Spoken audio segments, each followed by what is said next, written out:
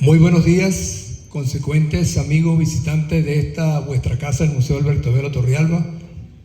Agradecemos la presencia de ustedes y el apoyo que cada semana prestan a las diferentes actividades que realizamos acá en esta casa. Hoy presentamos breve recorrido por la pintura venezolana siglos XIX y XX. Y nuestro invitado es el licenciado en Artes Plásticas Douglas Mendoza, a quien dejo a continuación con ustedes. Buenos días, gracias por su asistencia, por permitirme esta oportunidad de hablar un poco de nuestra pintura nacional. Bueno, vamos a hacer un pequeño recorrido, vamos a tratar de hacer breves porque son varios personajes, entonces me acompañan en este trayecto.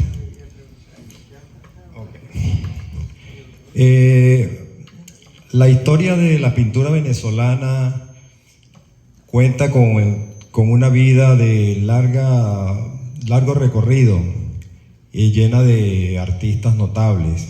No pecaríamos de presunción al afirmar que pocos países en nuestra América pueden exhibir una trayectoria tan rica y fructífera como la criolla. Es por esto que ha sido un poco difícil hacer una selección sin caer en la injusticia de tener que dejar a un lado u omitir a ciertos personajes o artistas, no por desmérito ni por falta de cualidades, sino por cuestiones de tiempo. Por lo tanto, voy a enfocar este tema al periodo que comprende los 2 últimos siglos de nuestra historia, es decir, la época republicana. Durante la ocupación española, la pintura tenía un propósito, un orden mayormente religioso y de retrato. El retrato civil, pero orientado a esa iconografía católica para satisfacer las necesidades de la iglesia, sin ir mucho más allá en profundizaciones estéticas. Es entonces cuando, además de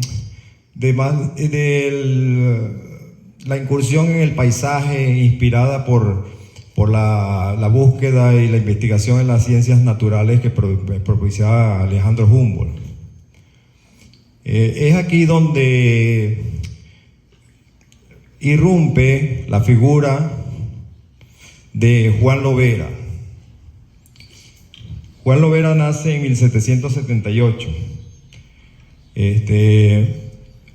Estudia en la Escuela de Artes y Oficios de Caracas.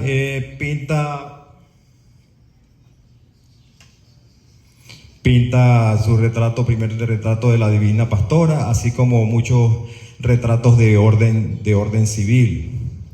Considerado uno de los pintores que rompe con el anonimato que se venía haciendo en la pintura venezolana anteriormente, porque los artistas pintaban sin firmas y prevalecía más bien el artesano sobre el pintor. Juan Lovera entonces se destaca por su cualidad de captar la identidad de la persona. Sin embargo, hay una breve carencia en lo que es la profundidad y los fondos. Básicamente se afirma en los rostros. Es hasta entonces donde se le asigna, él presencia todos esos acontecimientos de la irrupción de la declaración de la guerra de la independencia. Vive todos esos acontecimientos, lo que influye mucho. De hecho, cuando Boves toma Caracas, es uno de los que tiene que salir en la huida. Entonces se dice que tal vez fue a Oriente o estuvo en las Antillas, pasó por allá durante un lapso de unos 10 años y luego regresa a Caracas a contribuir, a dar su aporte por la República mediante la docencia. Es entonces cuando se le encargan dos famosos cuadros que son la Declaración de la Independencia de 1710 y la firma del Acta de la Independencia de 1711. Él haciendo eco de esa memoria prodigiosa que tenía, entonces nos plasma esas escenas donde están todos los protagonistas de ese momento histórico. Podemos decir que Lovera entonces es el que inicia ese recorrido pictórico trascendente en el arte venezolano. Aquí es clave mencionar este personaje, este artista, que se llama Carmelo Fernández. Carmelo Fernández estudió en Nueva York, en Francia. Fue ilustrador, pintor, litógrafo. Fue director de la Academia de Artes de la Escuela Militar. Fue militar también, conoció a varios de los próceres. Era sobrino de Páez, aunque no, para el parecer no se la llevaba muy bien.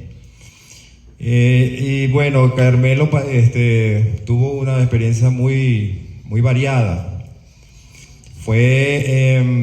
Participó en la expedición geográfica dirigida por Agustín Codazzi para realizar los dibujos de las delimitaciones y mapas de Venezuela, de esa parte de Venezuela.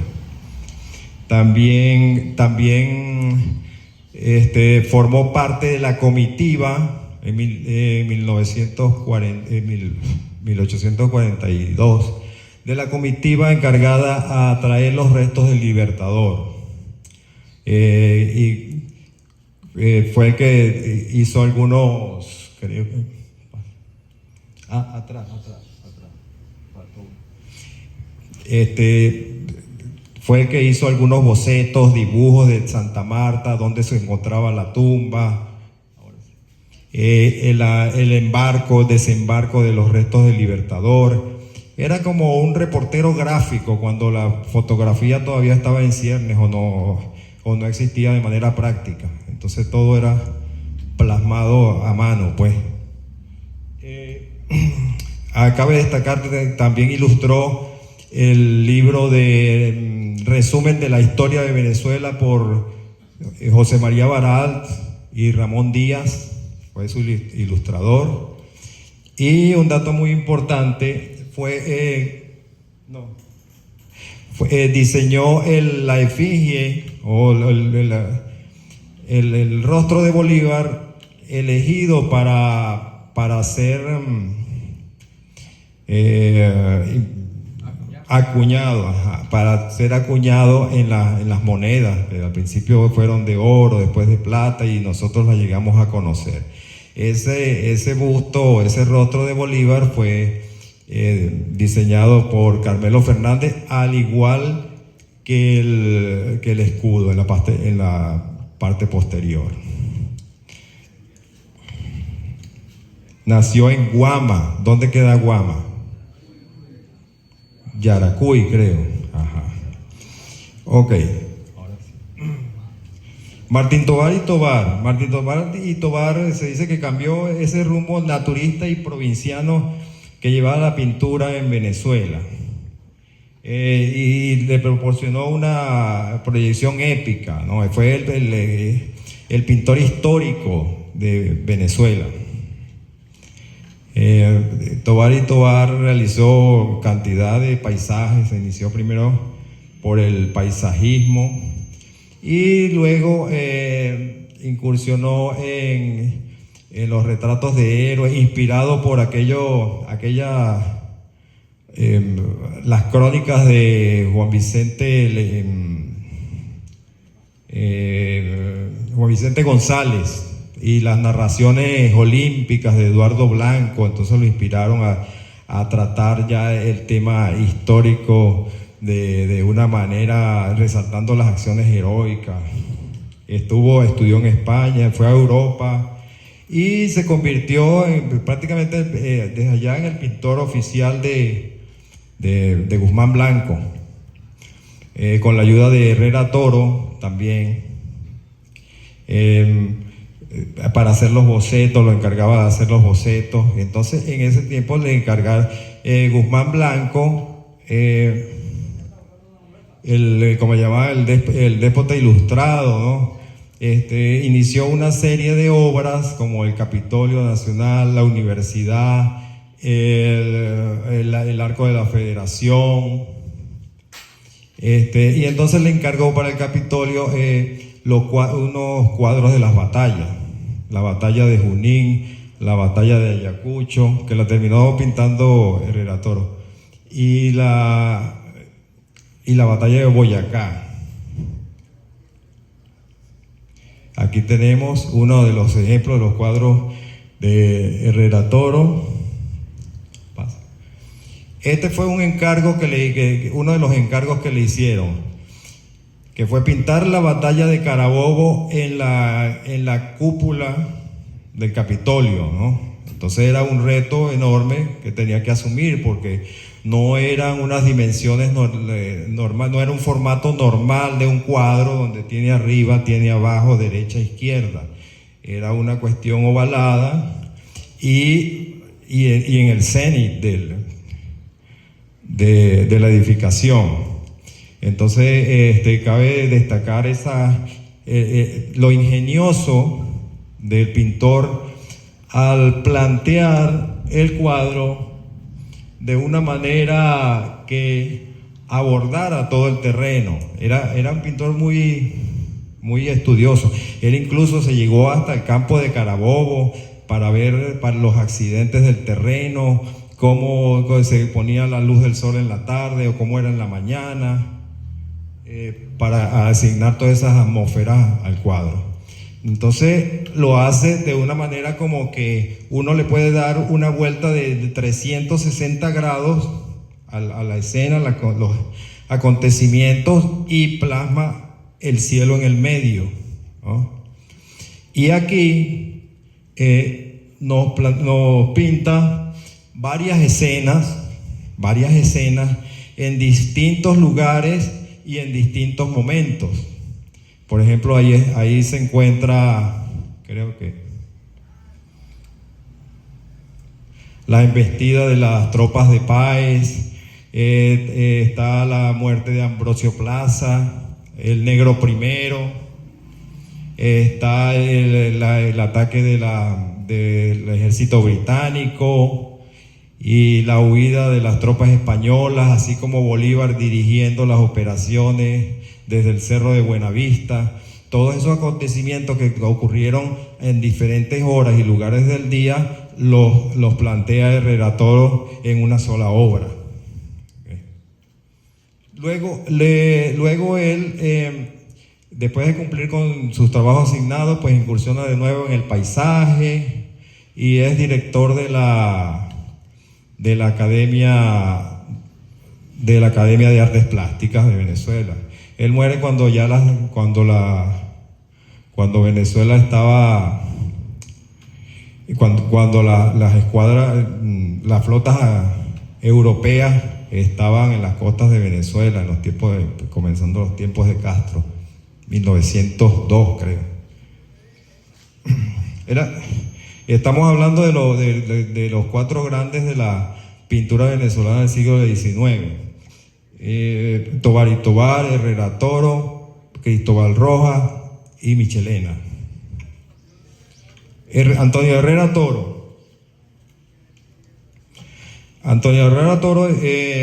Su vida transcurrió en la época de Guzmán Blanco, nació en 1875. Viaja a Europa, conoce a los clásicos, Velázquez, Rubens, y se decanta un poco con la pintura decorativa. Un gran retratista, pinta numerosos retratos con una capacidad fidedigna. Pinta la Inmaculada Concepción también, y así como uno de sus cuadros más populares, la batalla de Carabobo, encomendada por Herrera Toro, el cual era su asistente, le hacía los bocetos. Perdón, por Tobar y Tobar, él le hacía los bocetos y terminó concluyendo la batalla de Carabobo. Estos son algunos de los retratos que él pintaba, y uno de los más conocidos, pues pinta la muerte del Libertador, donde plasma las últimas horas del padre de la patria. Entonces aquí pues he caído en cuenta que, fíjense que para el momento de la muerte del Libertador habían dos barineses. Uno era José de la Cruz Paredes y Pedro Briceño Méndez, así como estaba José Laurencio Silva, Andrés Ibarra, Manuel Cedeño, el edecán Jorge Palacio, el doctor Reverend, el doctor Reverend que lo asistió, y el padre que le hizo la extremaunción, que era un cura traído de un pueblo aledaño. Entonces Herrera Toro se puede considerar que es un pintor histórico y fiel. Fiel al tema, ¿no? Investigador. Fue director de la Academia de Bellas Artes también. Y terminó haciendo el retrato de la Inmaculada Concepción. Pasamos. Otro me saltó, fue el autor también del famoso cuadro de la muerte de Ricaurte, ¿no? Donde lo coloca en el momento que él va a estallar el polvorín, sale en un trasluz, ¿verdad? Como que si el observador está en la misma habitación, donde agarra, parece es la culata de un fusil, dispuesto a prender la mecha ahí para exaltar a los que ya habían ingresado, a las tropas enemigas que habían ingresado. Aunque dicen que esa fue una invención propagandística de Bolívar, pero eso queda en los misterios de la historia. Vamos con Cristóbal Rojas, el incomprendido. Cristóbal Rojas fue pintor nació en Cuba, fue pintor le gustaba pintar ruinas y paisajes abandonados, y después, pero él buscaba un poquito figurar en el medio artístico, entonces siempre trataba de participar en salones, exposiciones, y con uno de ellos, la muerte de Girardot, gana una beca y se va a París a estudiar. Allá está con su contemporáneo Arturo Michelena. En París se dedica a la pintura, pero pasa muchos altibajos. La vida de Cristóbal fue un poco conflictiva. Él pintaba preciso, pero pintaba lento, siempre tratando de atrapar un salón, un premio, una cosa. Pero en sus dudas, entonces lo detenía un poco. No tenía la facilidad ni la imaginación de Michelena, pero sí una seguridad en sus trabajos que duraban para ser terminados. Es allí donde tenemos, por ejemplo, este cuadro de La Miseria, ¿verdad? Realizado en un fondo de mucho claroscuro, tonos ocres, es una influencia un poquito caravallesca acá. siempre tiene esa temática oscura y de precariedad, pero sin embargo tiene otra un poquito más social, de La Taberna. Eso los pinta estando en Europa. La Taberna tiene un poco más de luminosidad, es un cuadro algo más alegre, pero siempre tratando de pintar las gentes del común. Luego regresa a Venezuela, se enferma un poco. Es una pintura sentimental, anecdótica, con influencia, como dije, del tenebrismo de Caravaggio. A ver qué más hay. Y termina en Venezuela, termina con el encargo allá del Purgatorio. Ese es uno de sus trabajos finales. La pintura de él no fue muy prolífica, pero sí fue contundente. Termina con el Purgatorio, donde ponemos aquí las almas a punto de ser redimidas, con alguna esperanza cuando un ángel llega para el momento de llevárselas a las que ya han purgado de sus penas y sus pecados. Entonces es un cuadro también de orden oscuro, de proporciones rojizas, pero si comparamos la muerte de Girardot con esto, ya tanto la técnica como la temática han evolucionado en la obra de Rojas. Muere muy joven de tisis. Tenía 36 años. Arturo Michelena tuvo una carrera casi que efímera, pero con una obra muy precipitada. Es uno podríamos decir que es el pintor por excelencia del siglo XIX. Michelena era un poco distinto. La presidencia de Joaquín Crespo, viaja también a Europa. Todos ellos estudian en la Academia Julián, bajo la dirección de Laurens, del maestro Laurens, tenían todavía aquella normativa clasicista.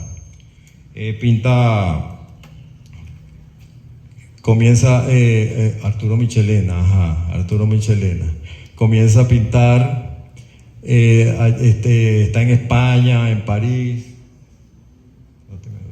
El niño enfermo, su obra El niño enfermo, de un orden un poco trágico, también con muchos tonos oscuros. Y este retrato pintando en Europa que se llama Carlota Corday, Carlota Corday, si bien recuerdan, fue la que mató a Marat, el revolucionario, en la época de la Revolución Francesa. Entonces ella fue condenada a la horca o a la guillotina. Y entonces este es el momento donde ella la están sacando para su ejecución y está con su altivez, enfrentando su destino, ante la presencia y cuidado de los guardias y la indiferencia del carcelero ahí prendiéndose un cigarro mientras tanto. Y él anexiona acá al pintor, que le está a modo anecdótico, digamos, como una especie de autorretrato. También pinta esa escena estando en España con inspiración española, pinta esta escena de toros. Aquí sí vemos el movimiento, vemos las masas, vemos sangre un poco más violenta, ¿verdad? El caballo muerto. Eso está en la casa del museo de Arturo Michelena en La Pastora. Yo tuve la oportunidad de ir y verla.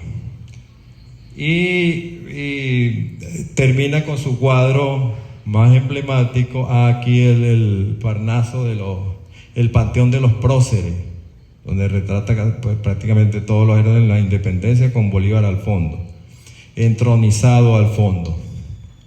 Luego, y cierra con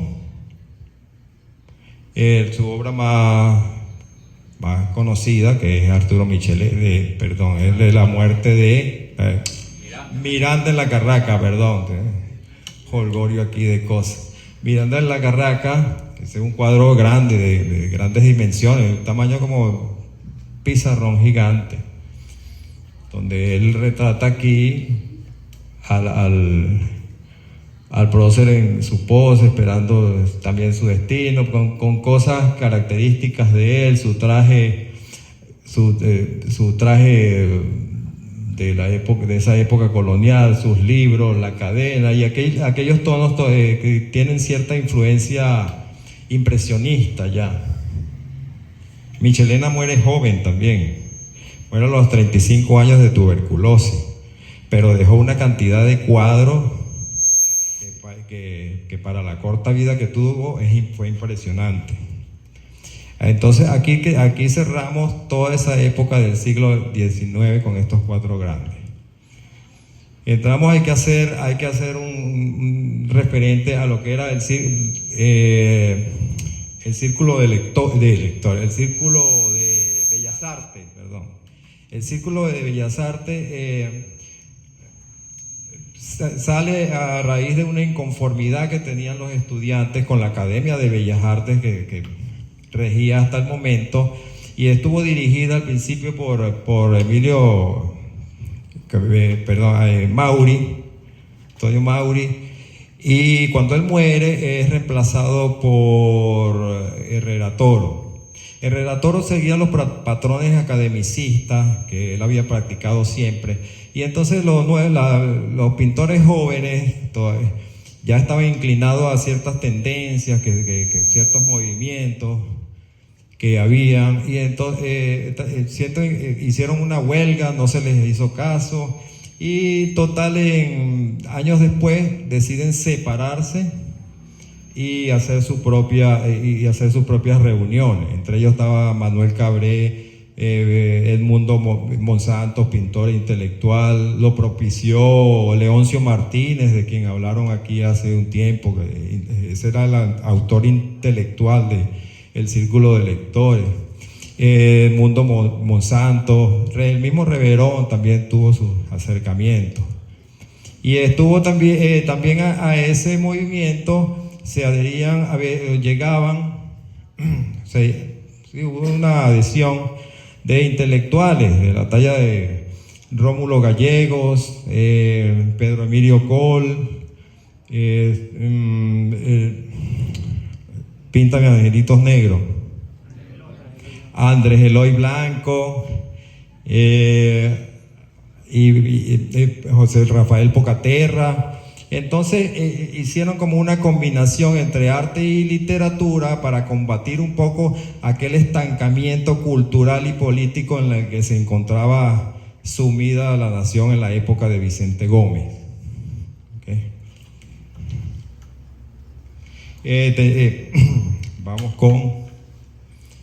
Vamos con Tito Sala. Aquí tenemos que hacer una reseña paralela, porque acuérdense que la pintura es como la historia, no va en una secuencia, en una sola dirección, sino hay muchos acontecimientos que ocurren en el mismo momento, pero con características distintas. Tenemos acá el caso de Tito Salas. Tito Salas no perteneció al Círculo de Bellas Artes, como le llama el artista entre Bolívar y el pueblo. Nació en Caracas, en aquella ciudad de los techos rojos. Cuando estaba pequeño su papá lo inició, lo llevó incluso al taller de Arturo Michelena, que lo marcó mucho. También el maestro, un maestro que tuvo que se llamaba Luis Serrano, cuando estaba pequeño, joven, él estudiaba, pero no era muy bueno para las otras lecciones que no fueran las de arte, y incluso menos para la matemática. Hay una anécdota que hace una pregunta, creo que era de matemática, y él respondió bien, y el maestro Soriano agarró una tiza y se la tiró en la cabeza, pero no es ni tan bruto el muchacho. Ahorita tú haces eso y te llaman a la lona de inmediatamente. Y entonces le recomendó al papá que lo inscribiera y que si podía lo mandara a Europa, pero él estaba muy joven. Al tiempo cuando pudo, creo que era menor de edad todavía, sí viaja a Europa, hace contacto en París, en Roma, tenía sus posibilidades. Eso fue bajo el ministro Eduardo Blanco. Imagínate, el ministro de Educación era nada menos que Eduardo Blanco. O sea, para tú ser ministro en esa época, supongo que tenías que tener una trayectoria pedagógica y literaria.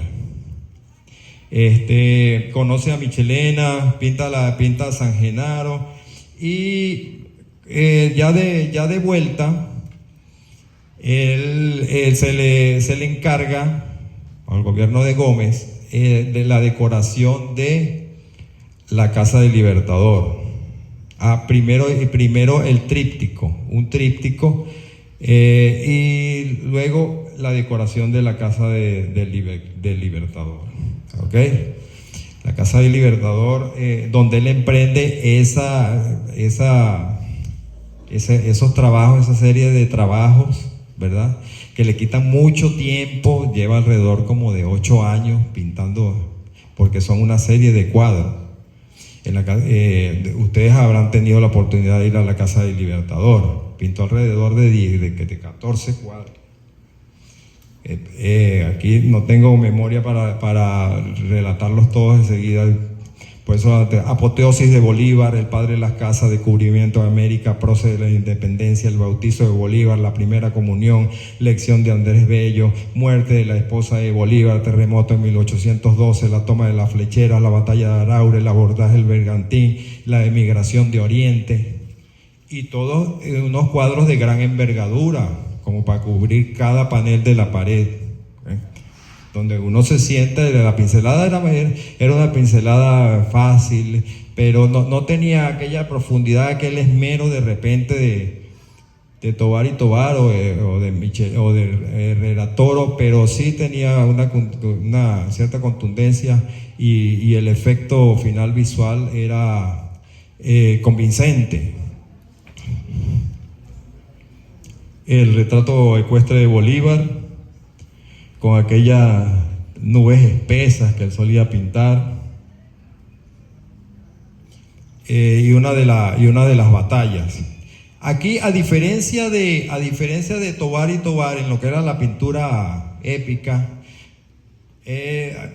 podemos notar ese enfoque distinto. La pintura de Tovar y Tovar relataba las batallas, la guerra, de una manera romántica, ¿no? Generalmente en primer plano los próceres ostentando sus galas, sus uniformes, sus botones de oro, el gorro frigio, sus gorros, y al fondo las batallas eran una masa más o menos uniforme y homogénea, pero sin tanto detalle tan preciso en el sentido de lo que estaba ocurriendo. Y general, la guerra general, las batallas en general, a lo lejos, los pintaba Tovar y Tovar. Salas entonces nos enfoca. La diferencia es que Salas nos llega al corazón de la batalla, nada más un pedacito, como si tú llegaras en primer plano, mostrando esa parte terrible de la guerra, no la parte romántica como Tovar.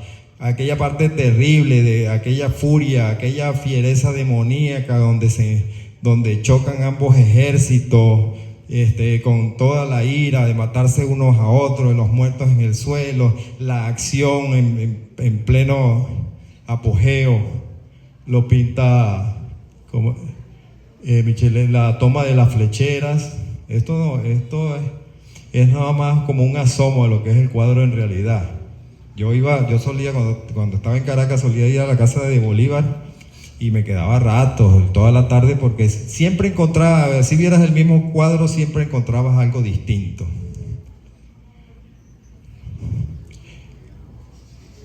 El Bolívar en el Chimborazo. Nosotros pensamos que el venezolano se acostumbra a ver siempre el rostro de Bolívar a través del pincel de Tito Salas.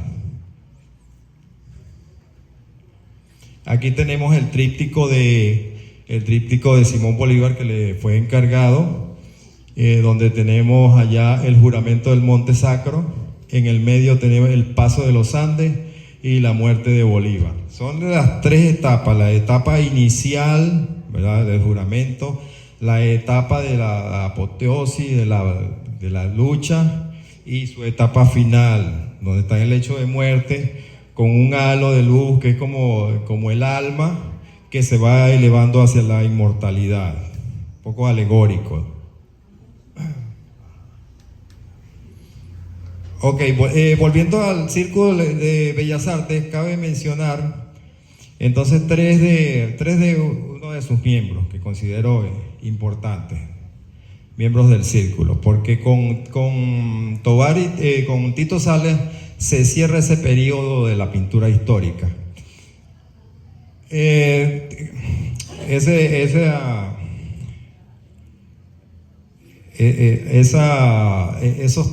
tres, ¿verdad?, esa tripleta, vamos a decirle así, está compuesta por Rafael Monasterio, Manuel Cabré y Reverón. Tomás Monsantos también. Monsantos era un gran intelectual, pero vamos a destacar esta obra por cuestiones de tiempo. Monasterio incursionó en el bodegón, pintura de interiores, flores, cosas comunes, interiores, como dije, y el paisaje. Yo considero como el pintor de la periferia, ¿no? El color de la periferia con Monasterio. Nació en Barquisimeto, luego fue a Caracas, viajó a España, donde comenzó con su pintura, ensayando el colorido bajo la influencia un poco de Cézanne. Luego regresa y sigue con sus paisajes. No enfocaba a Caracas en el pleno centro, ni catedral, ni nada, sino siempre de un punto de vista un poco más rural con el casco central al fondo. Igual que estas, vemos el Ávila al fondo y aquellas barriadas. Entonces era como una reseña, un pintor documental, que me recuerda a uno en Varinita. ¿Cómo se llama? Ledo. Maestro Ledo, ¿cómo se llama? Ledo, ¿no te acuerdas? En Varinita hay un pintor, todavía le está en vida, que le dicen es Ledo, ¿no? Ya es mayor. Y él solía pintar todas esas calles del pueblo de su época, ¿no? Estamos hablando tal vez de los 70, 80. Y pintó numerosos cuadros del pueblo. Y son los que ahora quedan como testimonio de todo aquel urbanismo que ha ido desapareciendo, aquellas casas antiguas, semicoloniales que formaban varinitas y que han sido derruidas para dar paso a nuevos comercios, buena construcción, porque no son ni siquiera una arquitectura decorativa. Ahorita son construcciones, una construcción cuadrada con 2 Santa María para hacer el comercio y listo. Pero queda bajo los cuadros de Ledo, podemos ver cómo era la Varinita antigua, donde estaba la botica o la farmacia o la bodega del señor tal, o el almacén de fulano, o la parada de taxi con aquellos carros viejos. Entonces es una pintura testimonial que me recordó a Ledo con Monasterios.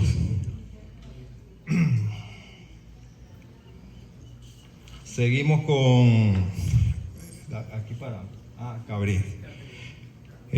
Manuel Cabré, el pintor del Ávila, nació en Barcelona, España. Se vino con su papá de pequeño porque el papá era arquitecto, hijo de Ángel Cabré y Magriñá, un arquitecto para hacer unas renovaciones en algunos edificios de Caracas, ¿verdad? Unas decoraciones del Teatro Nacional se le atribuyen a Cabré y Magriñá. Estudió en Bellas Artes, formó parte del Círculo de Lectores, viajó a París, donde, bueno, se nutre también de los impresionistas y la influencia de Cézanne, por supuesto. Cuando llega, pues, se enfoca, además de esos paisajes interiores, obtiene esa fascinación por el Ávila, ¿no? El cual lo estudia con aquella, estudiando los volúmenes, los tonos, los cambios de luz a través del color. Bueno, ustedes conocen a Cabré. Y podemos decir, pinta el Ávila en numerosas ocasiones. Pero no es un tema, puede ser una obra monotemática, como dice, pero no es un tema repetitivo, porque no es un hombre que va a pintar el Ávila varias veces, sino desde distintas posiciones, a distintas horas del día, trabajando las incidencias de la luz y sobre todo los volúmenes, y como una especie de pintura topográfica también, cuidando sobre todo en las atenciones de los detalles naturales. Por ejemplo, yo me acuerdo cuando yo estaba estudiando, que había un señor en el taller de pintura. Había otro estudiante, pero un señor ya mayor, ya consolidado como pintor. Pero él estaba ahí nada más por las cuestiones formales de obtener el título y eso. Pero pintaba muy bien, de un realismo impresionante. Él hacía unos cuadros con unas flores en primer plano y tú le sentías el terciopelo en los pétalos y las gotas de rocío con esa transparencia vidriosa, ¿no? Y entonces yo, para echarle broma, yo le decía: mira, pero pintar un árbol es fácil. Tú llegas, agarras un pincel ancho, lo mojas con verde, das unos brochazos, luego mojas un poquito con amarillo, le das unos toques, agarras un pincel más finito con marrón y le haces el tallo y la rama.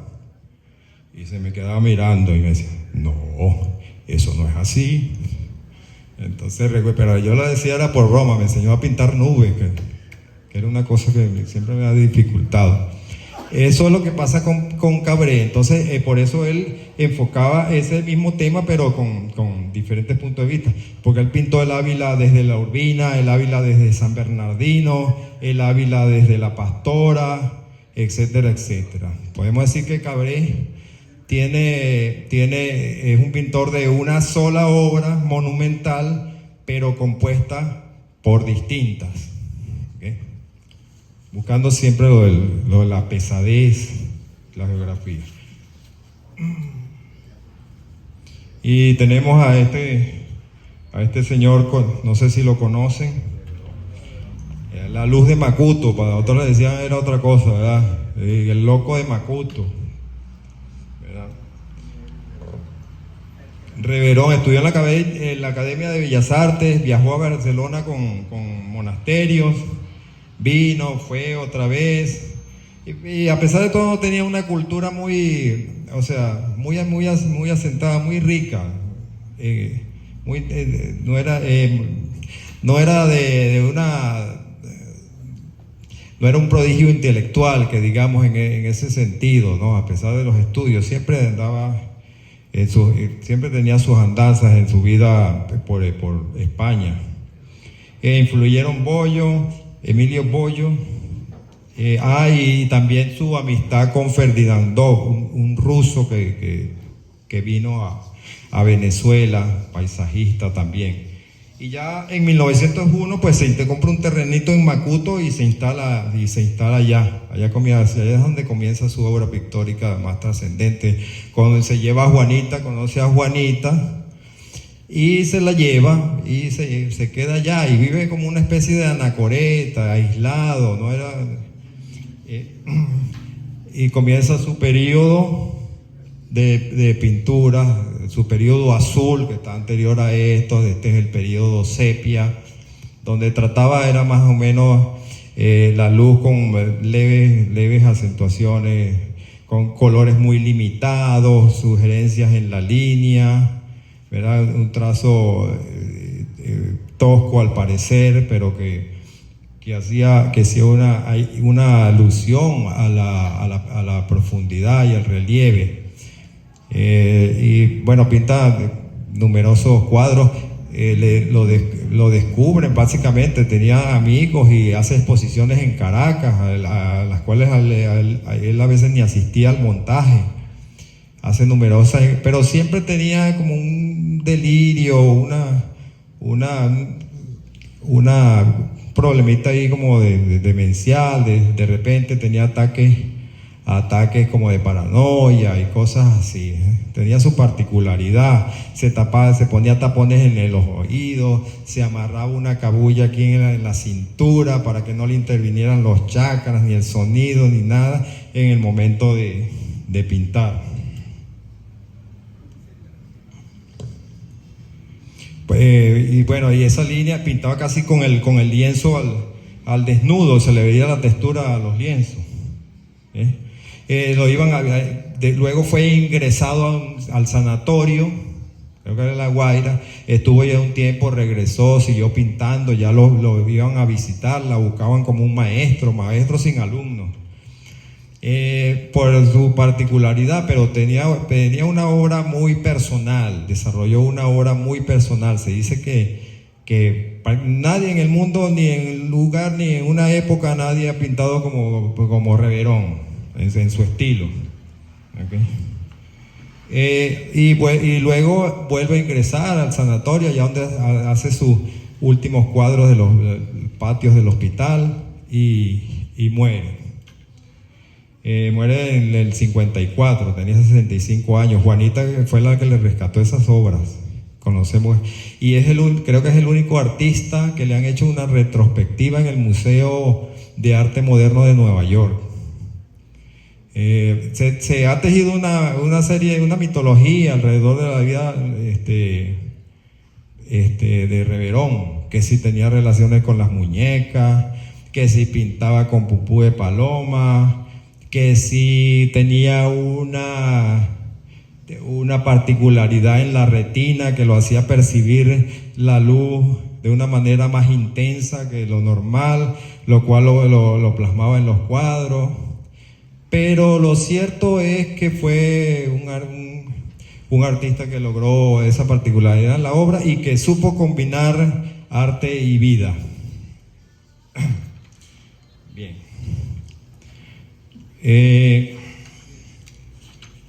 Pedro Centeno Vallenilla, el indigenismo, la simbología.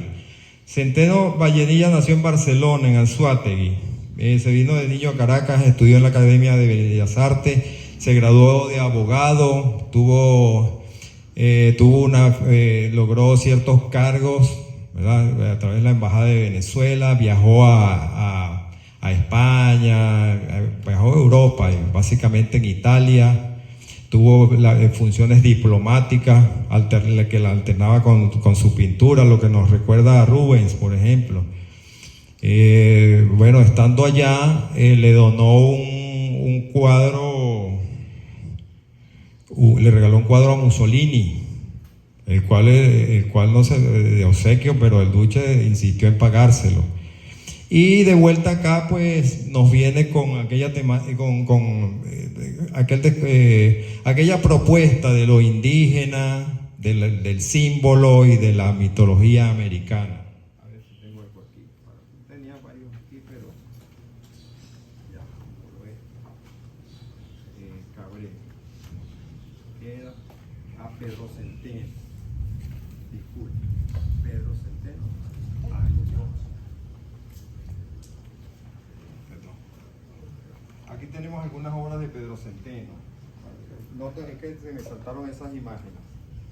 Mucho colorido, el indígena, el simbolismo, la alegoría, ¿verdad? Era un pintor muy minucioso. La piedad, Adán y Eva, destacado en el dibujo y sobre todo en la figura humana. contrataba atletas, boxeadores, qué sé yo, como modelo para hacer un trabajo fidedigno, a la manera de los griegos, pues, que iban a buscar a los atletas a los gimnasios de San Sebastián. Y aquí tenemos el detalle de cómo era la pintura de Vallenilla, de este cuadro, un detalle, que Vallenilla pintaba como con un tachismo, como a modo de una combinación de colores, no era una brocha gigantesca, sino puras combinaciones con un pincel muy finito, y en unos cuadros muy grandes, pero tenía una rapidez y una habilidad que los pintaba rápido. Pedro Centeno.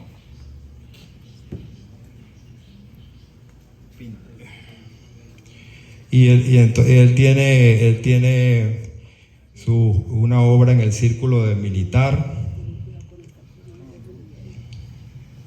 Y bueno, como dije, era pintor de la alegoría, lo mitológico y lo histórico.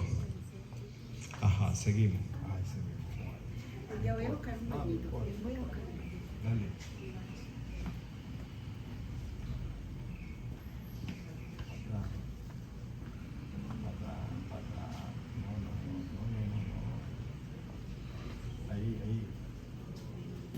Ajá, Bárbaro Rivas, la pintura ingenua.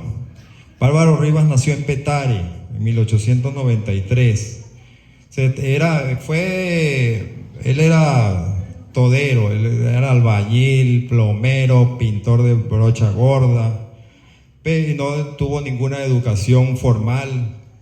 Apenas creo que ni sabía que sabía escribir, leer. Pero descubrió su tendencia a la pintura y pintó de una manera constante y febril. Pintaba escenas cotidianas, la placita de Petare, el trencito de Petare, la procesión, y tenía una particularidad. Ajá. A su falta de instrucción en las artes plásticas, él pintaba de naturaleza. Pero entonces podemos ver que los planteamientos de Bárbaro Rivas son planimétricos, ¿no? No tenía ese dominio de la perspectiva y de la proyección. Entonces, un cuadro que hacía era como visto desde arriba y al mismo tiempo desde abajo, de frente. Sin ese escrúpulo académico, pues. Pero pintó así muchos cuadros, y él junto a Feliciano Carballo, claro, hay otras más como Elsa Morales, junto a Feliciano Carballo fueron los precursores de la pintura ingenua. Feliciano pintaba su selva, su feria, sus procesiones, pero todo con una gran cantidad de elementos, una obra recargada. Yo creo que sufría de eso que llaman el horror vacui, no podía haber un pedacito vacío porque tenía que hacerle algo, ¿no? Y sin embargo fue el pintor ingenuo que ganó Premio Nacional de Pintura, Feliciano. Alirio Rodríguez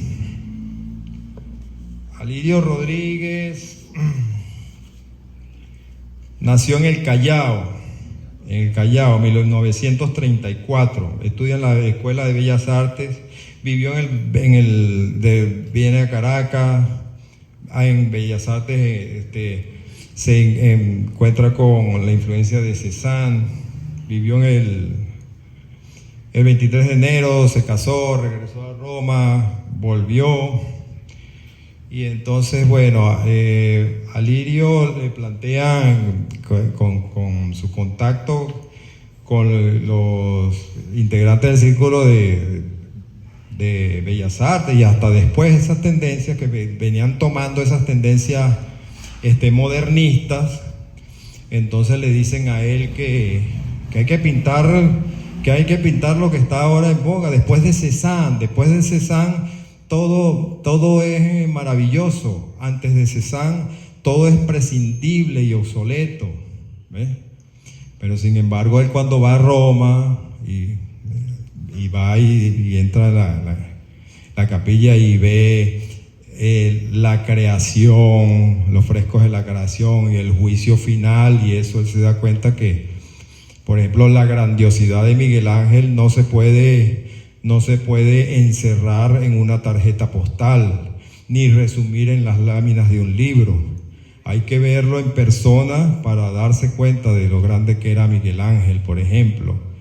Y entonces bajo ese tema de que antes claro, Cézanne marcó un hito, ¿verdad? Un punto de quiebre en la pintura anterior. Después de Cézanne es como la raíz donde donde se ramifican todas esas nuevas tendencias que van a surgir a principios del siglo XX. Pero tampoco podemos omitir y podemos descartar toda una trayectoria de siglos de arte de un solo plumazo. Entonces Alirio se va sin embargo, Alirio se va por su temática de gigantes, un poco con una perspectiva así, con influencia como de Alfaro Siqueiros, ¿verdad? Porque ya estos artistas viajaban, ya su objetivo era, su meca era México, ¿no? Por el auge del muralismo mexicano con Siqueiros, Orozco y Rivera. Y entonces venían impregnados de esas tendencias, y también los impregnó un poquito las ideologías marxistas y esas cosas, ¿no? Algunos.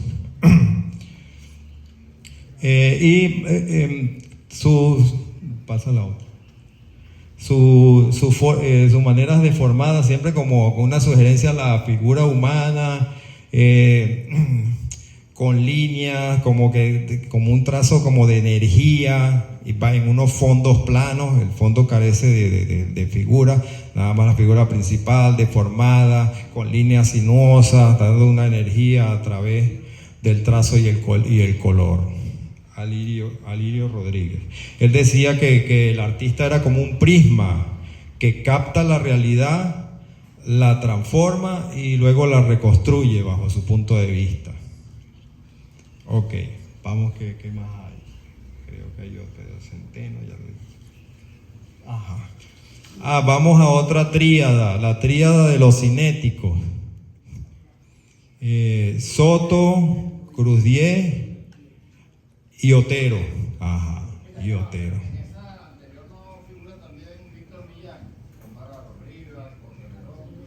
Sí, claro. No, es que hay una serie de pintores ingenuos. Lo que pasa es que, como lo dije anterior, por cuestiones de tiempo tenemos que omitirlo.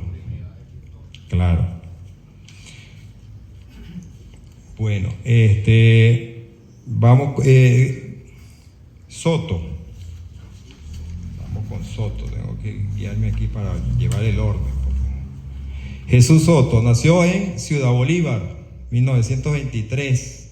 Familia humilde, se vino a Caracas, estudió en París, en la escuela de arte. Estudió en Caracas en la escuela de Bellas Artes. Se viaja a París, allá hace contacto con esas tendencias modernistas, y luego se interesa por lo que es la búsqueda del movimiento, que lo lleva a explorar posibilidades perceptivas del ojo humano. Claro que hizo exhibiciones con Duchamp, con Calder, con Tinguely y todos aquellos que tenían unas propuestas, con Vasarely, que tenían unas propuestas innovadoras. Bueno, y entonces Soto empieza a explorar esos efectos ópticos de movimiento. Vamos a ver qué hay. Con las líneas superpuestas, ¿verdad? Un fondo con una cantidad de líneas, y luego sobrepone otras, pero como una especie de varillas, ¿no? Con unas varillas que en el momento que tú las presencias y caminas, a medida que caminas, se te van entremezclando y te van produciendo un movimiento. Eso, entonces, él trata de integrar, la teoría de él era integrar, que la pintura funcionara de acuerdo al espectador. ¿Ok? El espectador era el que la activaba. Un poquito, no, para atrás. Ajá. Y ahí fue donde en los 70, principios de los 70, plantea eso de los penetrables, ¿no? Los famosos penetrables de Soto, que eran unas instalaciones como con unas tiras de plástico, llegaban al suelo, cantidad de tiras de plástico, una cosa como selvática, y el espectador entraba en ella, hacía contacto, jugaba, un poco lúdica. Entonces era para hacer funcionar su propuesta de la integración del espectador con la obra. Y esta es una de Soto que me impresionaba mucho. Esa está en Caracas, cerca de la autopista. Una de ellas, pues son varias. La famosa esfera de Soto, compuesta también con múltiples varillas, cada una pintada con un color distinto, y con un color distinto, no, con pintadas de una medida distinta, y cuando tú la ves en su conjunto, sí pareciera que es una esfera, pero tú sabes que no es una esfera, son puras varillas pintadas. Entonces es como una forma virtual, que es, pero al mismo tiempo no es. Era la propuesta de Soto. Cruz 10, Carlos Cruz 10, nació en Caracas, en La Pastora. Cuando niño tuvo se dice anécdota que cuando niño lo cautivaba mucho los reflejos, que el papá tenía una embotelladora, una planta embotelladora. Entonces él lo cautivaba porque iba una camisita blanca, entonces el reflejo de la luz pasaba por las botellas de cola o botellas rojas y se le proyectaba en la camisa, ¿no? Entonces ahí fue donde comenzó a tener esas inquietudes. Ahí adquiere la conciencia de la importancia del color. Incursiona en temas sociales junto con Poleo, pero después no le interesa más. Después lo que le interesa es los efectos del color. Entonces, así como esa que tenemos ahí, son las fisicromías, ¿no? Puras laminitas puestas en forma perpendicular al plano del cuadro, que también tiene líneas de colores. Y entonces, a medida que uno se va moviéndose, que hay que experimentar, que uno se mueve, pues los colores suben, bajan, se transforman. Aquí, por ejemplo, tenemos esta. Esta es una de las combinaciones. Si tú lo ves, está estático, pero el color te produce un movimiento en la retina, ¿no? Involuntario. En el aeropuerto, dicen que el último recuerdo que se llevan los venezolanos cuando salen del país es la obra de Soto. La obra de Soto, ¿no? Fue afamado y tenía un trabajo de investigación, ¿no? Cómo influía la combinación de los colores. Estos eran los proyectos para la obra del aeropuerto, con los planos y la cosa. O sea, eran unas que tomaban estos personajes tomaban su trabajo en serio. Era un proceso investigativo constante. De hecho, él tiene un libro basado en la línea y el color. Y tiene muchas obras.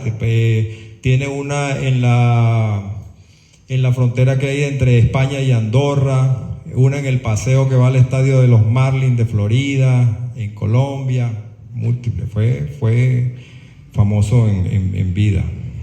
Murió en París, claro, eso transcurrieron en París. Murió en París en 2019, tenía 96 años.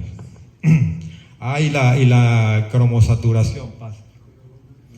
La ambientación cromática es otro de los espectáculos de Cruz 10. Está en el museo. Son como varias cubículos pintados todos de blanco y cada uno tiene una luz iridiscente de distinto color. Entonces, a medida que tú entras, pues ahorita estás en verde y en lo que vas pasando te vas transformando a violeta y vas viendo ese entorno que te envuelve de un tono distinto, una transformación cromática. Él decía que los esquemas cromáticos producen una sensación de movimiento vibratorio que hace que los tonos de color se multipliquen en función de la posición y distancia del espectador y del ángulo en que se refleja la luz. Tuvo muchos premios. Ajá. Con estos tres aquí terminamos con Otero. No tengo la foto de Otero, la omití.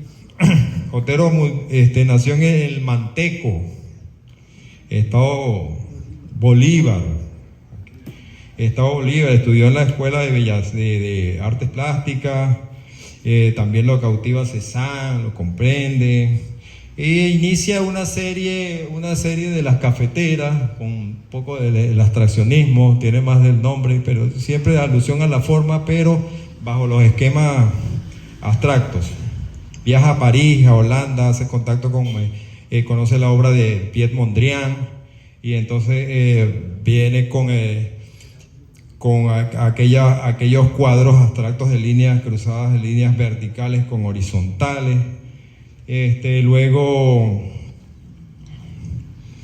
Luego integra objetos al cuadro, un cuadro pintado de blanco con estuco, con yeso, y le pone pues una pala o una brocha o una cuchara. Entonces ya el objeto lo descontextualiza, pasa de ser objeto común a colocarlo en la obra. Pero él dice que la pintura no satisface el objetivo que él perseguía, porque él necesitaba que su obra mantuviera una relación con el medio natural. Entonces ahí se decanta por la escultura, ¿no? Que no es el tema que estamos tratando de pintura, pero innegablemente para entender la propuesta de Otero tenemos que terminar en la escultura.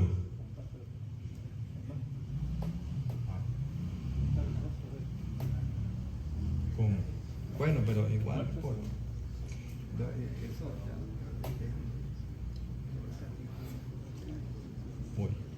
Entonces, mediante esto se integran piezas movibles, paneles con rotores, con émbolos, que por el viento ellos giran, ¿no? Y al igual que el abra solar, hace el aura solar, el abra solar. Esta pieza que gira, pues depende de cómo se coloquen. Tenemos las láminas que van curvas hacia una dirección y las otras van en dirección contraria, y entonces al momento de moverse, unas van para allá y otras van para acá. Tiene esta pieza o una similar, porque eran en serie, la colocó en la inauguración de una fase de la hidroeléctrica de Guri en los 80. Al igual que obras de Cruz 10. Entonces, el planteamiento de estos tres cinéticos es distinto. Soto con la vibración de formas contrapuestas. Cruz 10 con la transformación cromática por el color a través del movimiento del espectador. Y Otero con la relación que hay entre la obra y el medio natural, como el viento, el sol, etc. Cabe destacar que bueno, vamos a seguir con esto que ya vamos decantando. Vamos a hacer una pausa. Quería mencionar a uno que se llama Armando Barrios. No sé si lo conocen.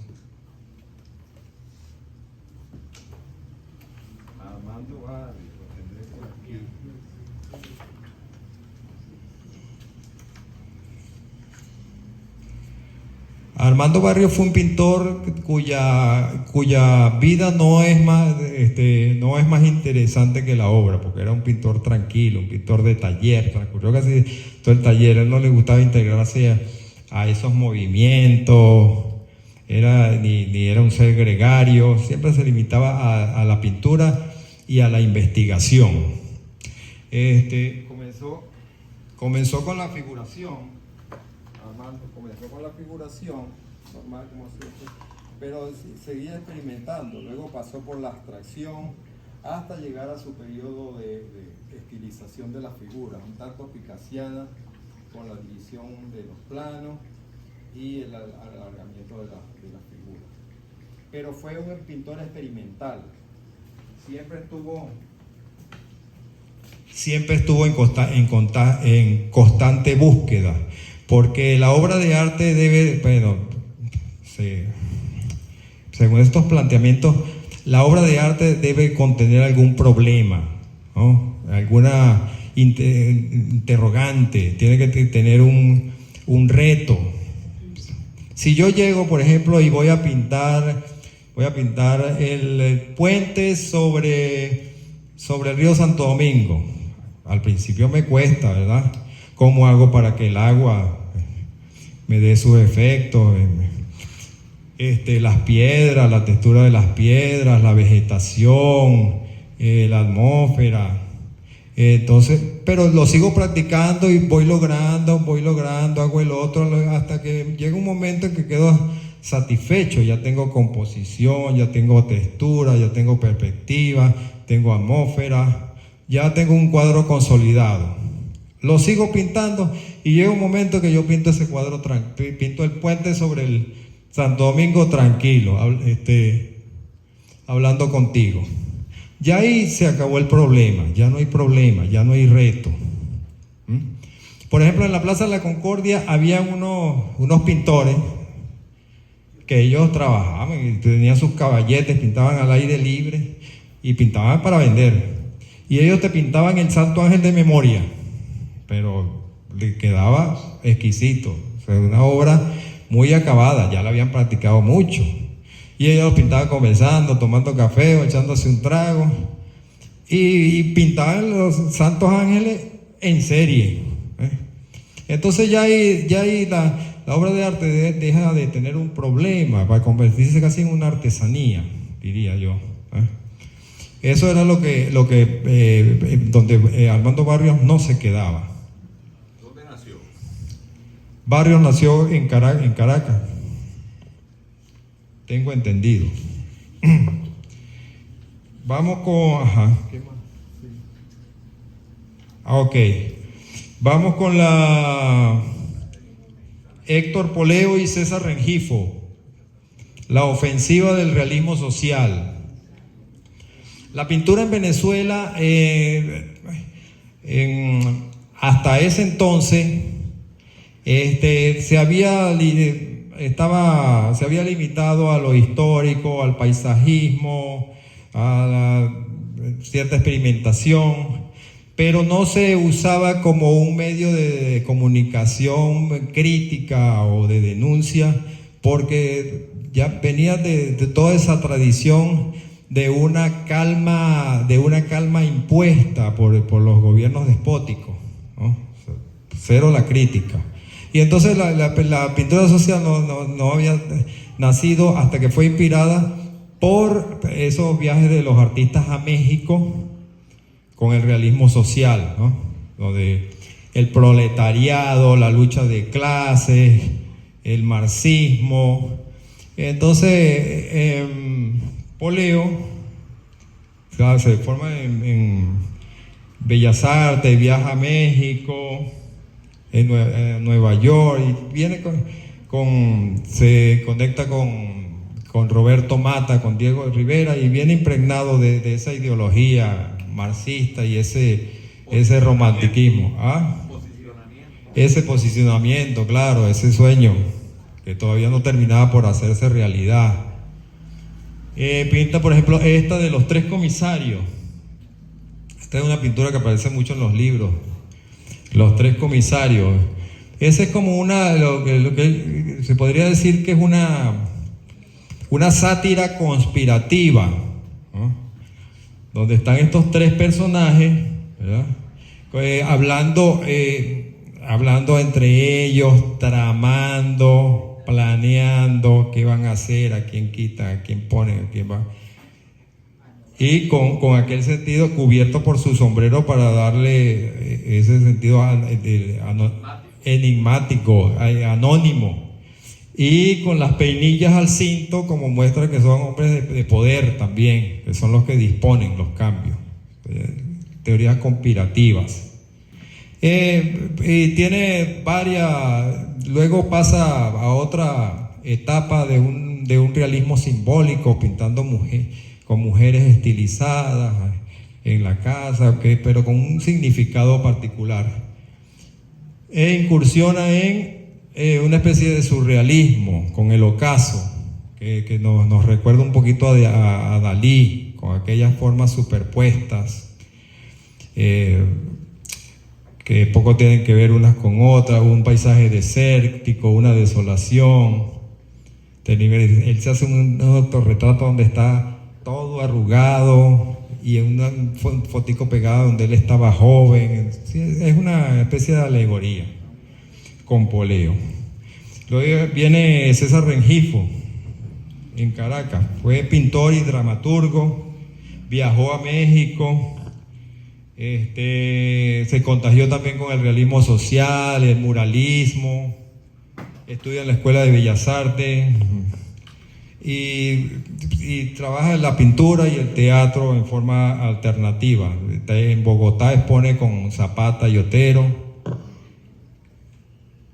Y toca el tema también del realismo social, de aquella controversia, pero no es un realismo social general como lo que planteaban los muralistas, del levantamiento del proletariado, sino una cosa un poquito más local, de los niños, de la pobreza regional, el petróleo, creo que nos dice aquel choque que hay entre toda aquella abundancia petrolera y la pobreza que había en el país en el momento, ¿no? Una paradoja social, la paradoja social. También practica, se conoce muy poco de los la etapa muralista de Rengifo, pero sí dejó, por ejemplo, este mural, el Amalivaca, que está en el Centro Simón Bolívar, hecho con tesela, con puros pedacitos de cerámica vidriada de este tamaño, como los de las piscinas, pequeñito, combinación de colores, un mural gigantesco. Trata de un tema mitológico, como la creación del mundo según la mitología caribe. Y uno en el Paseo de los Próceres. Los otros del realismo social era Pedro León Castro y Gabriel Bracho también. No hay que dejarlos aunque sea de mencionar. Ya estamos saliendo, no se preocupe.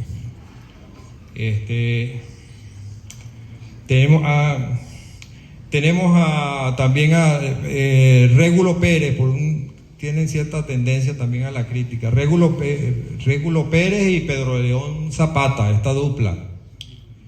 Pérez nació en Caicara del Orinoco, estudió en la Cristóbal Roja, se incorpora al realismo social, es experimental. Régulo. Aquí está Régulo. Un permisito, ¿verdad? Yo creo que aquí hay una información de primera mano sobre una obra de Cruz Diez que está aquí en Barinas. Ajá. Y que este señor fue el curador, el ingeniero curador junto con el artista, para hacer. Y este va a dar la información o nos la va a dar todo. Bueno. Claro. Déjame terminar aquí rapidito. Fue director de dibujo de la UCB.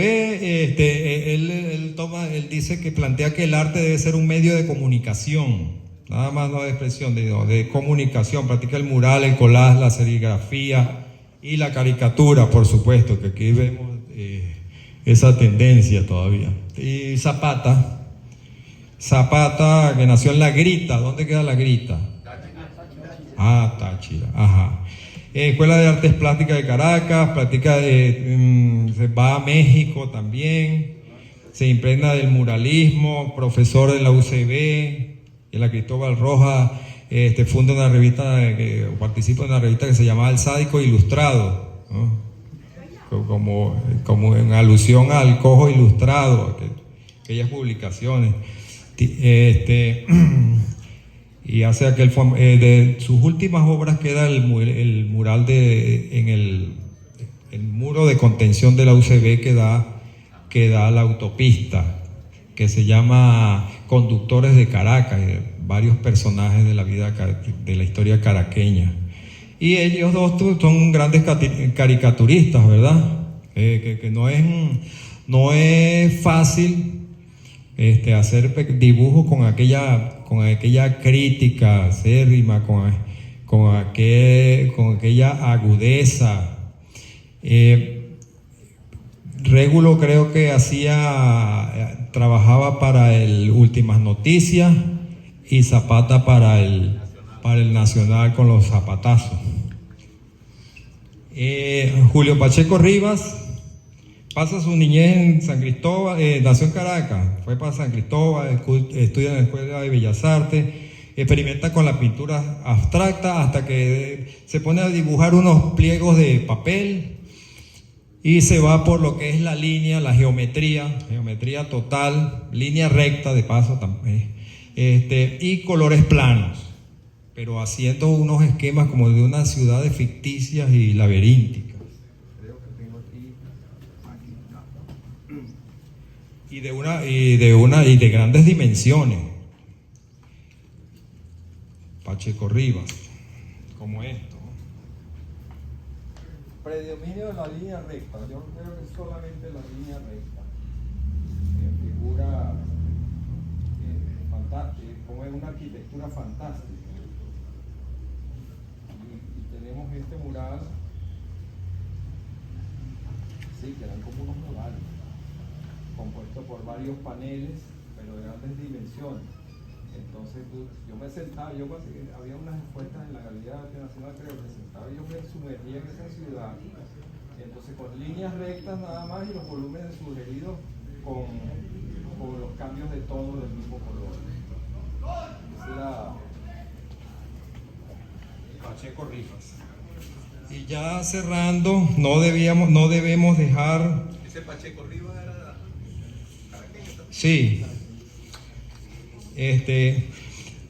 A las damas, a las señoras, ¿verdad? Tenemos también pintoras. Yo creo que ocurrió la falta de nombres femeninos aquí, creo que ocurrió por ese problema social que siempre ha habido en Venezuela y el mundo, donde la mujer fue mucho tiempo relegada y entonces sus actitudes, sus habilidades fueron poco conocidas, siempre a la sombra del hombre y eso. Por eso que este grupo de mujeres viene prevaleciendo de los años 50, 60. Tenemos Marisol Escobar, Lía Bermúdez, Gego, Antonieta Sosa. Tuve el honor de ser su alumno en una materia, pero ella era del performance. Y estas que acabo de nombrar decantan más hacia la escultura. Pero por la pintura tenemos a Mercedes Pardo. Ese es Pacheco, ese era Pacheco Rivas. Tenemos aquí, ahí, no, atrás.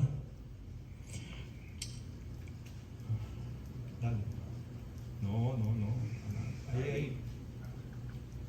Ajá. Mercedes Pardo.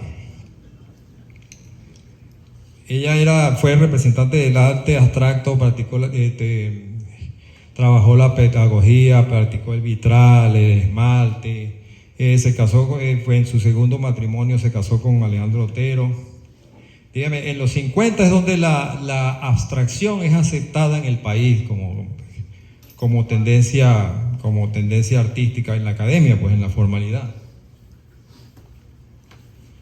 La propuesta de Mercedes Pardo, ella evoluciona mucho también, porque ella comienza pintando flores y cosas así, lo cual no le funciona, no la satisface.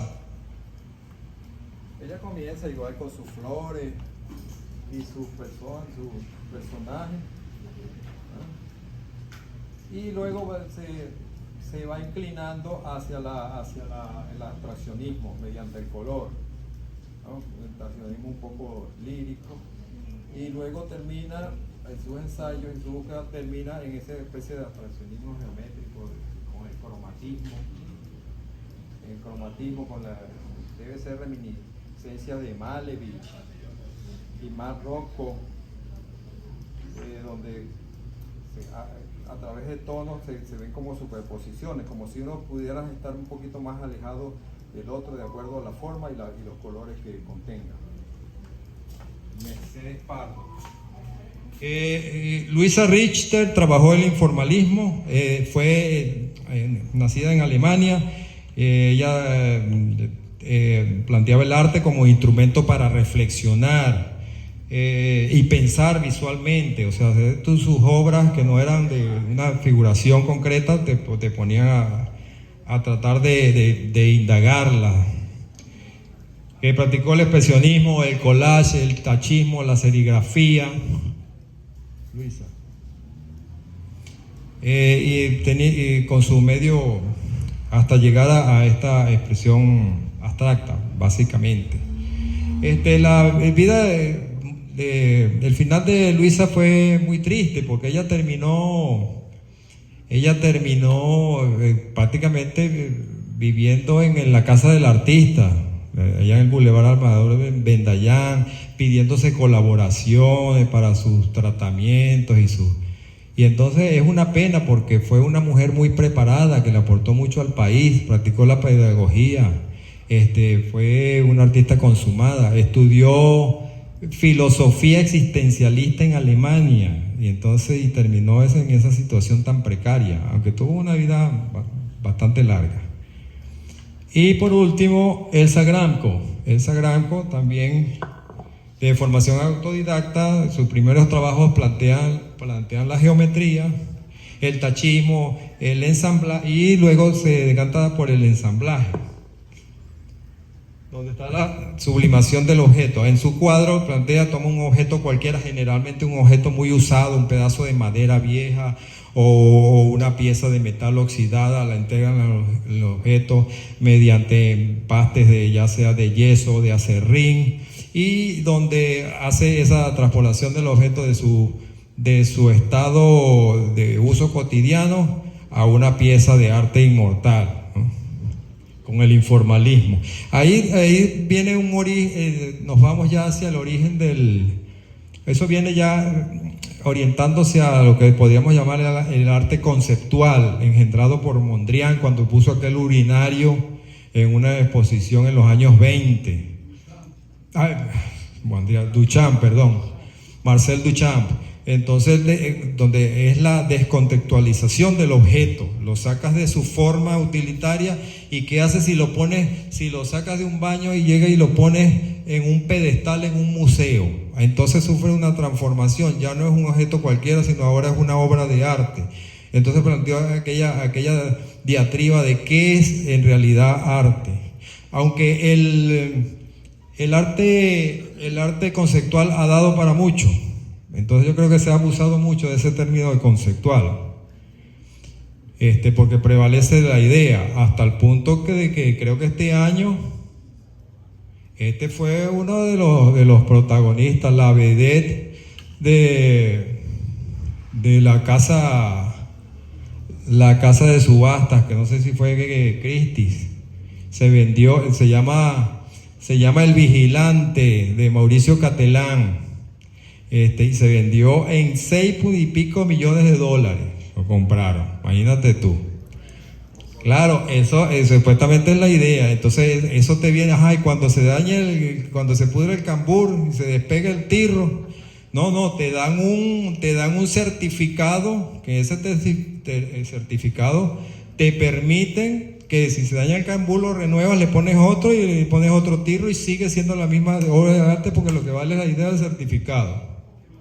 Donde prevalece la idea sobre la forma, ya no está la factura, ya no está el trabajo, sino nada más el argumento, la propuesta. Por eso yo digo que se ha degradado mucho ese concepto de arte conceptual. Y por el otro lado tenemos el hiperrealismo, que ha tenido una resurgencia. El hiperrealismo se practicó a finales de los 60, tuvo un declive, y según lo que he visto en redes hay mucha gente practicando ese hiperrealismo. Te pintan a un nivel fotográfico, ¿sí? Un rostro, cada cabello, te pintan una lata de Coca-Cola igualita, que tú la confundes con la foto del afiche. Ajá, una manzana, es una manzana pintada. Ok, pero tiene gran factura, pero ¿qué te dice? Más allá, ¿qué te dice? Ok, está la imagen, está la manzana, quedó muy bien, quedó como una foto. ¿Y qué más allá?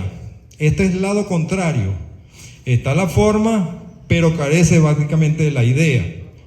Entonces yo pienso que el arte debe tener un poco de más cosas, debe tener la idea, la propuesta, y debe tener el acabado y la factura estética para que se consolide en una unidad. Bueno,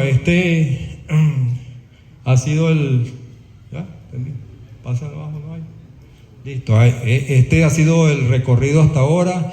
Gracias por su asistencia, por su paciencia y por su atención.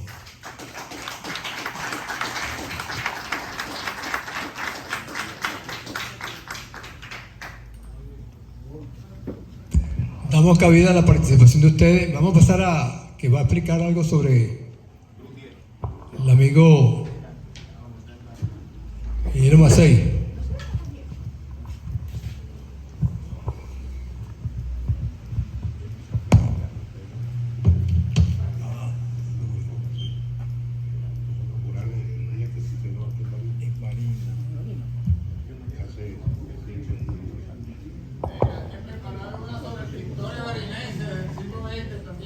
Sí, que hay bastante, ¿verdad?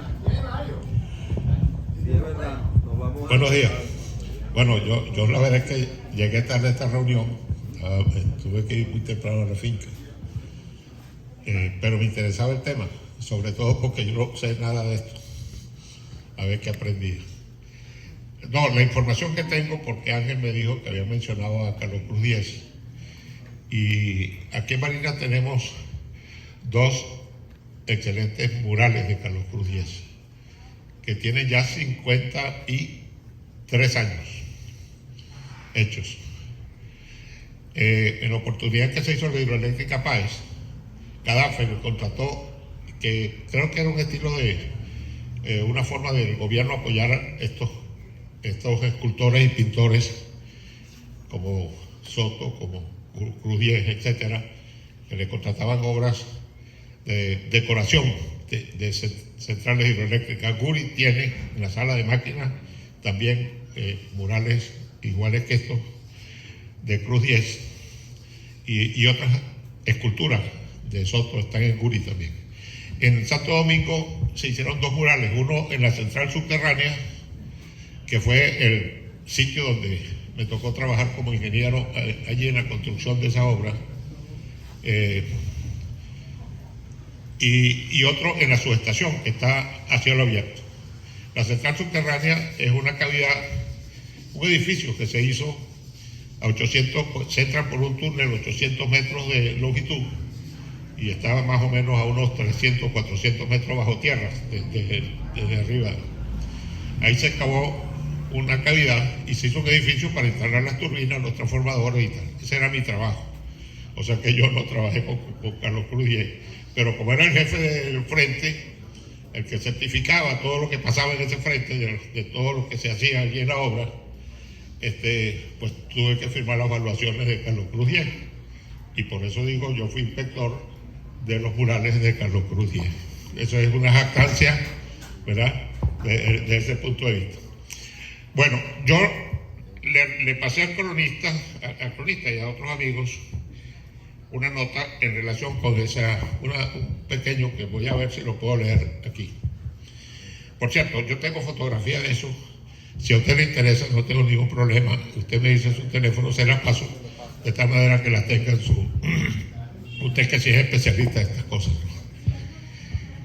tuve la oportunidad de compartir con mi amigo, y digo amigo porque realmente hicimos una amistad durante año y pico aquí, que estuvo viniendo a Barinas, Carlos Cruz Díez, cada 15 o 20 días durante algo más de un año, cuando realizó el mural de inducción cromática que les envío, ejecutado en la central subterránea de la hidroeléctrica General José Antonio Páez, obra cuya construcción inspeccioné como ingeniero civil tunelero.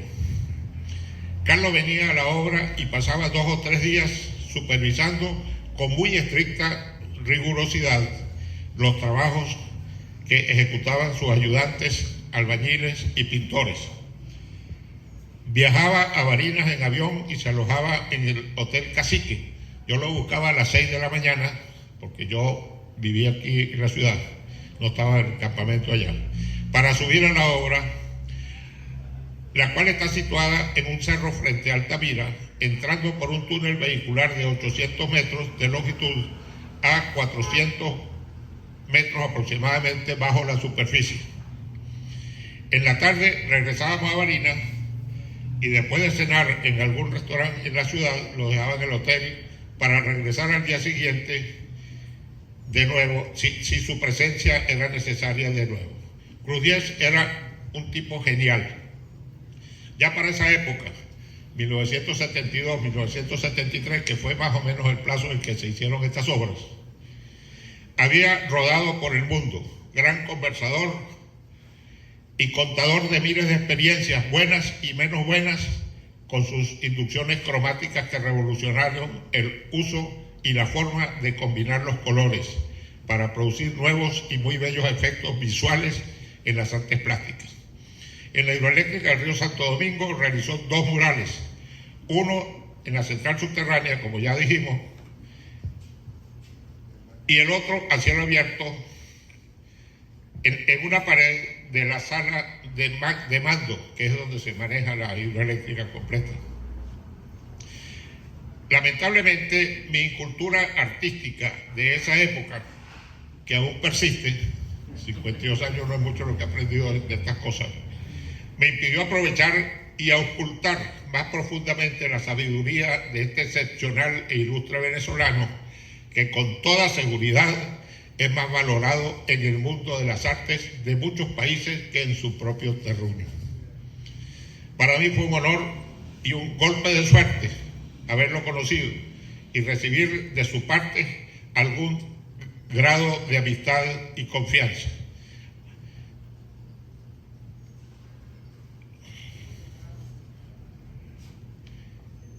Por eso, además de incluir, me permite incluir en mi currículum profesional, esto lo digo casi que como ingeniero inspector de las inducciones cromáticas de Carlos Cruz Díez. Pues yo era el jefe del frente de trabajo donde él realizó sus obras y tenía que certificar su avance mensual de acuerdo al programa de trabajo presentado a CADAFE para que le tramitaran sus pagos. Esa era la información que creo que está a tono con su exposición, profesor. Y quiero decir finalmente lo siguiente. Los barineses, es increíble que nosotros no tengamos la oportunidad de conocer estos murales. Eso está, por supuesto, una obra hidroeléctrica que tiene máxima seguridad para visitarla. Yo le propuse una vez a la gente de Altamira que estaban trabajando allí, Mireya Guerrero, creo que era la presidente de la Casa de Cultura, que establecieran un programa con el gobierno, porque con toda seguridad visitas dirigidas se pueden realizar. Ese es un espacio donde no hay ni siquiera un cable donde que lo puedan cortar ninguno que se atreva a hacerlo, ¿no? Pero porque es un salón enorme.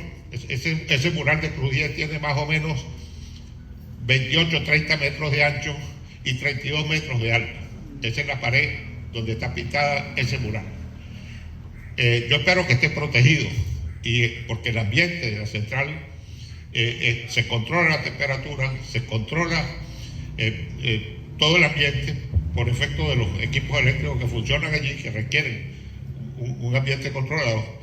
y espero que no se haya dañado en nada esta obra majestuosa, enorme, y que además la tenemos en el corazón de Barinas. O sea que debería hacerse algún movimiento, de alguna manera, las personas que están vinculadas a la cultura y a la pintura y a las artes especialmente, para ver si el gobierno, que es quien maneja la obra, abre la posibilidad de que con visitas dirigidas puedan incorporar y apreciar estas dos obras que están allá. Muchas gracias.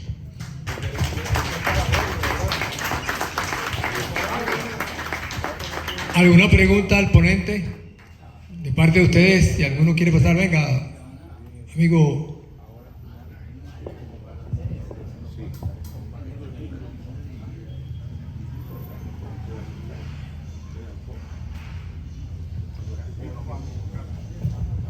Sí, bueno, buenos días.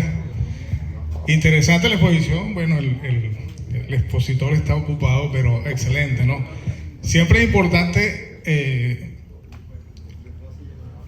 tener en cuenta que ciertamente Venezuela tiene muchos grandes artistas, ¿no? Como lo dijo el ponente, y sobre todo en la pintura. Pero como lo acaba de decir el ingeniero Rodolfo, a veces no nos damos cuenta de lo que tenemos al lado. Y hoy en día, en el Museo del Louvre, o el Louvre, como lo diría un francés, hay un artista venezolano que hoy muy poca gente lo conoce, que es Elías Crespín.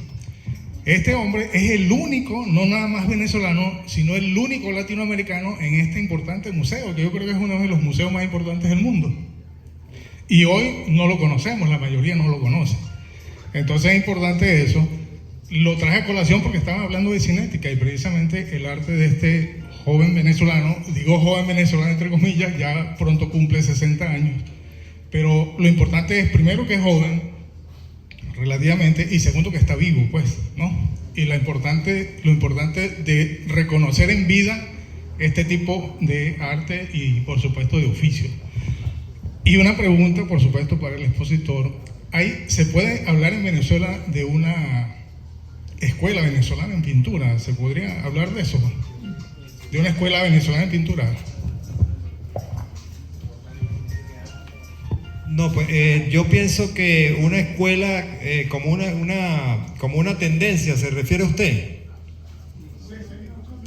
Pues yo creo que la pintura venezolana ha sido muy variada y ha tenido un desarrollo constante y una evolución y una incursión en las diferentes ramas, diferentes tendencias, que no me atrevería a decir que cualquier determinado patrón estético viene de influencia venezolana, que es de tendencia venezolana, porque todos los pintores, como mencioné ahorita, cada quien estuvieron en su trabajo artístico particular, tomando como reseña influencias que estaban en boga, y cada quien hizo su aporte. Yo diría que si podemos hablar de una tendencia particular venezolana, sería precisamente el cinetismo, porque estos tres maestros de verdad marcaron pauta y dejaron una huella en el mundo. De hecho, también Soto tiene obras en el Pompidou, que es el Museo de Arte Moderno de Francia, y creo que si fuera no sé precisamente una escuela, pero sí somos como una referencia en el arte cinético, lo llamaría yo.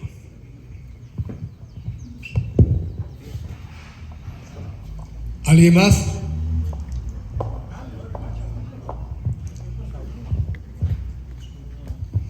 Muchas gracias. Buenos días, los felicito. Yo creo que hablar de los artistas de artes plásticas es muy complejo y es muy amplio. Por lo menos aquí, una de las obras más importantes que tiene Carlos Cruz Diez está en el aeropuerto de Maiquetía. Por ahí han pasado mucho y es una de las obras emblemáticas de él. Pero ¿qué sucede con nuestras pinturas, con nuestras esculturas? La que está en la Francisco Palacio Fajardo, allá en Caracas, ese no es el color original. Le cambiaron el color y le pusieron roja. Pero realmente ese no es el color original de esa obra. En Maracay había otra obra de Alejandro Otero, estaba en la redoma de San Jacinto, y esa fue tirada, abandonada, hasta que los cultores en Maracay le dieron su importancia, porque en esa redoma lo que pusieron fue un avión. Y entonces volvieron a colocar una fuente y la colocaron de un lado. Una obra importantísima para el estado de Aragua. Yo creo que nosotros somos los principales destructores de nuestra obra, de nuestras obras, de nuestros artistas. No le damos mantenimiento. Hay muchas. Primera vez que me entero que a 400 metros hay una obra de ese gran maestro venezolano. Pero, oye, eso es importantísimo para Barinas. Aquí hay buenos escultores, buenos cultores, buenos pintores en Venezuela, pero que no los conocemos prácticamente. Es muy amplio, yo lo felicito, pero creo que cada uno debería tener su espacio, su tiempo para poder estudiar, para poder, vamos a llamarlo de esta manera, criticar de buena forma su obra y el legado que han dejado a los que siguen en ese campo de la escultura y la pintura. Los felicito. Muchas gracias, mi estimado. Gracias. ¿Qué tal?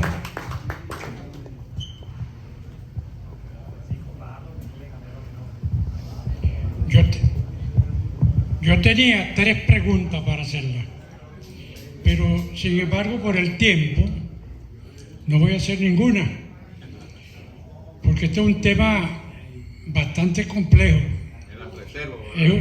No es que me las reserve, es por el tiempo, ya está pasado de las 12. Este es un tema bastante interesante y el licenciado nos hizo un resumen muy completo, a pesar que el tema, y lo repito, es muy amplio. Porque yo pienso que el artista, el pintor, nace. Es muy difícil que un pintor llegue a ser lo que sea si no tiene esas condiciones, si no tiene esas cualidades. Inclusive Hitler, que hizo ese pintor, no pudo entrar a una escuela o una academia y fue pintor pues de rocha, dice, gorda. Ese fue Hitler. Y si usted no nace con eso, por más que usted estudie, no va a ser un buen pintor, no va a ser un buen artista. Sin embargo, mi recomendación es que nosotros aquí en Barinas tenemos muy buenos pintores. El nombre de Barinita, Leo. Bueno, yo en una oportunidad, cuando yo era director del Liceo Militar, estuve en una visita de Caracas, de muchas personalidades, y él me hizo 20 cuadros. Esos cuadros yo los regalé a esa visita, y esos cuadros, los visitantes quedaron impresionados de esos cuadros. Aquí en Barinas hay un pariente del ingeniero Nadales, mi cuñado, que se llama Nadales, Jorge Nadales. Jorge Nadales apenas tiene primaria y es un muchacho que usted le ve los cuadros son también impresionantes. De hecho, yo le entregué una fotografía a mí de mi señora, lo estuve informado, se veía pena. Y ese hombre me puso las presillas, todas las condecoraciones tan exactas que me llamó a mí la atención. Entonces, mi recomendación es que en la próxima conferencia busquemos la forma de hablar de estos artistas que son muy buenos y que son de aquí, de Barinas. Gracias. Gracias. ¿Alguien más quiere pasar?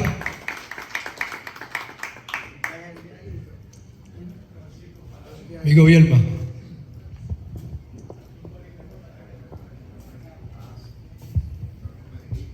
Hola, buenos días. Saludos, amigo Douglas. Gracias por venir a enseñarnos esas pinturas y hablarnos sobre ellas. Yo quería hacer unas precisiones de 3 pequeños detalles que sería interesante aclarar.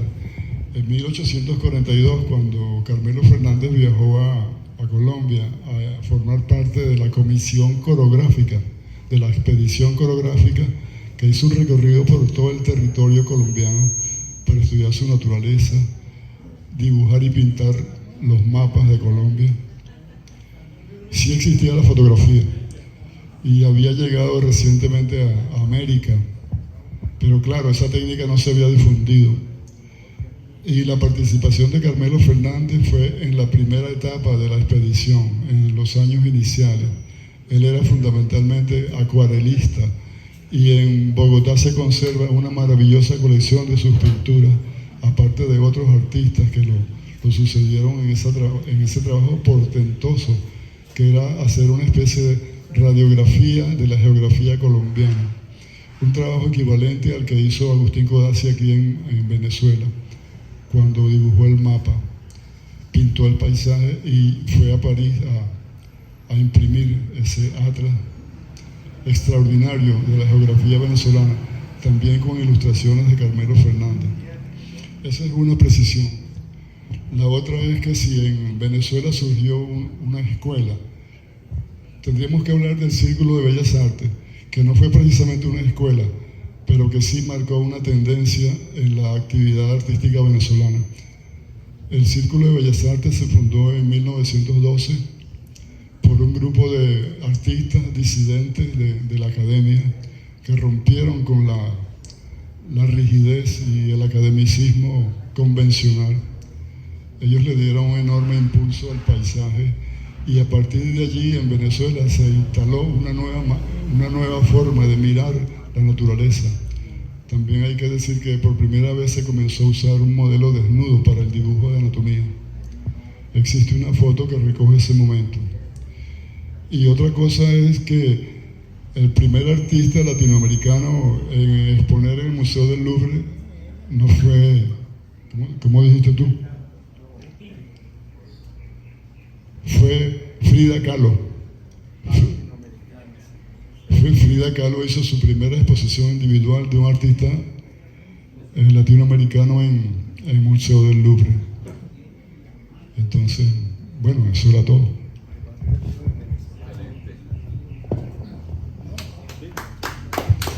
Bueno, con esta intervención damos por finalizada esta actividad. Muchísimas gracias por haber asistido. Los esperamos el próximo jueves.